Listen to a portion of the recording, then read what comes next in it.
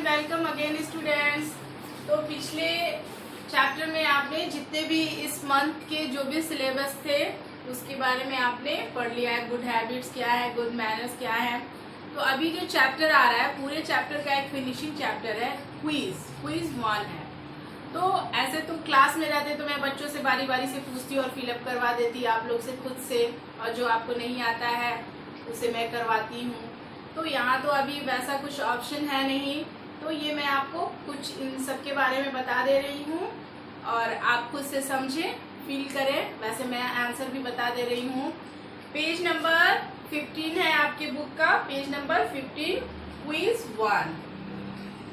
तो इसमें फर्स्ट में ही है दिया हुआ टिक द करेक्ट ऑप्शंस। यहाँ पे आपको बुक में 2 ऑप्शन दिए, क्वेश्चन दिया हुआ है और उसमें 2 ऑप्शन दिए हैं। जो करेक्ट है उसमें आपको टिक करना है, सिर्फ टिक करना है और इसे नोटबुक में नहीं बनाना है। फिर आप लोग बार बार सवाल पूछते हैं कि मैम किसे कैसे बनाना है, क्या मैं नोटबुक में क्या बनाऊं और बुक में क्या बनाऊं। तो ये जो क्विज 1 है इसे सिर्फ आप बुक में फिलअप करें और अपने माइंड में भी फिलअप करें। इसको पढ़े समझे।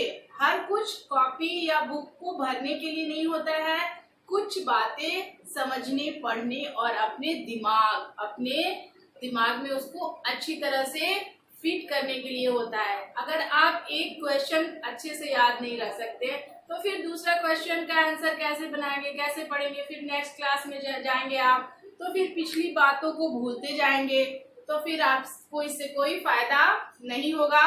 तो बुक को मैं बार बार बोलती हूँ अच्छे से रीड करें, पढ़े, उसे समझे और अगर समझ में नहीं आता है तो अपने टीचर्स, अपने क्लासमेट और अपने पेरेंट्स से डिस्कस करें इसके बारे में। और आप जितना डिस्कस करेंगे, जितना रीड करेंगे, आपका अंडरस्टैंडिंग स्किल उतना ही अच्छा होगा। तो फर्स्ट में है It is a planet with a distinct pattern of rings. Do you know किस वाले प्लैनेट में रिंग्स होते हैं और उनका नाम ही होता है रिंग। इसका नाम ही है ring planet. It is a planet with a distinct pattern of rings। और इसका जो क्या है, इसका जो मून है वह सबसे लार्जेस्ट मून का नाम क्या है, टाइटन। दिस इज Saturn और Uranus, this is Saturn। Second में है this animal is also known as the screwhorn antelope. Antelope क्या होते हैं, जो पीछे की तरफ ही कूदते हैं। This animal is also known as the screw horn antelope. इसके घूमे घूमे से ऐसे स्क्रू, ऐसे घूमा हुआ सर के ऊपर क्या होता है, दोनों तरफ सिंग होते हैं और यह सहारा डेजर्ट में पाया जाता है। इसका क्या नाम है, एडक्स। थर्ड में है he was the eldest son of Dhritarashtra and Gandhari. Dhritarashtra और गांधारी किस एपिक के पात्र हैं, कास्ट हैं, किस एपिक के। अभी आप लोग टीवी में बैठ के घर में देखते हैं ना महाभारत, तो महाभारत के इस कास्ट के ये जो लोग हैं धृतराष्ट्र और गांधारी, इनके सबसे बड़े पुत्र का नाम क्या है, दुर्योधन और भीम। तो इनके बेटे का नाम था दुर्योधन। फोर्थ में है it produce insulin and enzymes, it is located behind the stomach. पेट के अंदर होता है और यह क्या करते हैं, इंसुलिन और एंजाइम को प्रोड्यूस करते हैं। क्या होता है, स्मॉल इंटेस्टाइन और पैनक्रियाज। स्मॉल इंटेस्टाइन भी पेट के अंदर होता है, स्टमक के अंदर होता है, और पैनक्रियाज भी। तो इसका आंसर होगा पैनक्रियाज। फिर फिफ्थ में है he is regarded as the father of Indian atomic energy programme. तो ये बहुत ही अच्छा क्वेश्चन है और इन्होंने भारत के एटॉमिक एनर्जी प्रोग्राम के लिए बहुत सारा काम किया और भारत को इस क्षेत्र में, इस एरिया में बहुत ही ऊंचा आगे बढ़ाया। होमी जहांगीर भाभा इनका नाम था, होमी जहांगीर भाभा, और इन्हीं के नाम पे बहुत सारे इंस्टीट्यूट हैं और सेंटर भी है। It is the capital of Poland. यह बहुत ही फेमस जगह था और अभी भी है। It is situated along river वित्सुला। और जब फर्स्ट वर्ल्ड वॉर और सेकेंड वर्ल्ड वॉर हुआ तो यह शहर उसी समय से जाना जाता है। पोलैंड एक यूरोपियन कंट्री है और उसका कैपिटल है क्या? वर्सोवा। 7th में है, she is the first Indian women to win an Olympic medal in weight lifting. Weight lifting क्या होता है? हिंदी में उसको बोलते हैं भारोत्तोलन। जब दोनों हाथ में इस तरह से क्या होते हैं, दोनों तरफ रिंग बड़े बड़े से छल्ले होते हैं, एक रॉड होता है और दोनों तरफ उसमें रिंग बने होते हैं। वेट लिफ्टिंग तो भारत की सबसे पहली जिन्होंने ओलंपिक में सिल्वर नहीं ब्रोंज मेडल जीता था, कर्णम मालेश्वरी उनका नाम है। 8 में है, it is one of the most poisonous fish in the world, it look like a rock. Rock से ही पता चलता है, रॉक मीन्स क्या होता है? चट्टान। और ये दुनिया की बहुत ही सबसे याद कर सकते हैं जहरीली मछली होती है। इसमें 2 ऑप्शन दिया है, इलेक्ट्रिक ईल और स्टोन फिश। तो नाम से ही पता चलता है रॉक और स्टोन क्या होते हैं? सेम एज, तो स्टोन फिश इसका आंसर होगा। 9th में, on 26 April 1986 a nuclear power plant located here released huge amount of radioactive material into the atmosphere.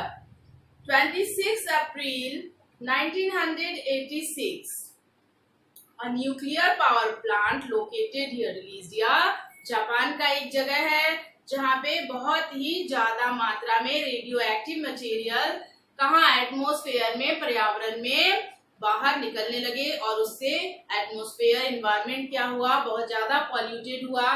तो यहाँ पे 2 ऑप्शन दिया हुआ है, फुकुशिमा और शेरनोबिल। तो इसका आंसर होगा, इसको चेरनोबिल नहीं पढ़ेंगे, इसको पढ़ते हैं शेरनोबिल। तो इसका आंसर होगा शेरनोबिल। और 10th में है a wildlife expert and conservationist.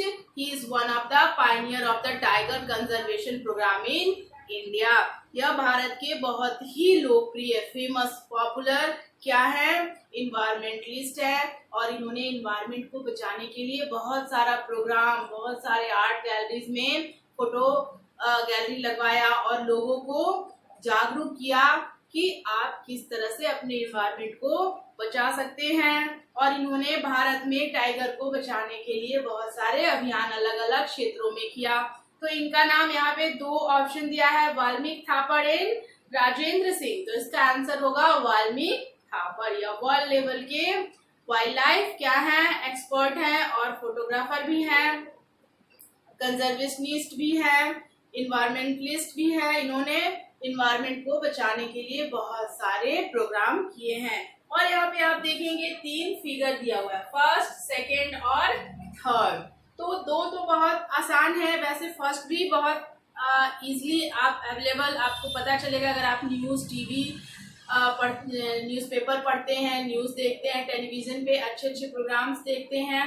तो इसमें आपको एलन मस्क के बारे में जानकारी मिलेगी। यह दुनिया के एक बहुत रिचेस्ट, इनका रिचेस्ट लोगों में, पीपल में नाम आता है। और यह बहुत ही कम उम्र के साउथ अफ्रीका के प्रिटोरिया में इनका जन्म हुआ। साउथ अफ्रीका का एक जगह है प्रिटोरिया, वहीं पे इनका जन्म हुआ।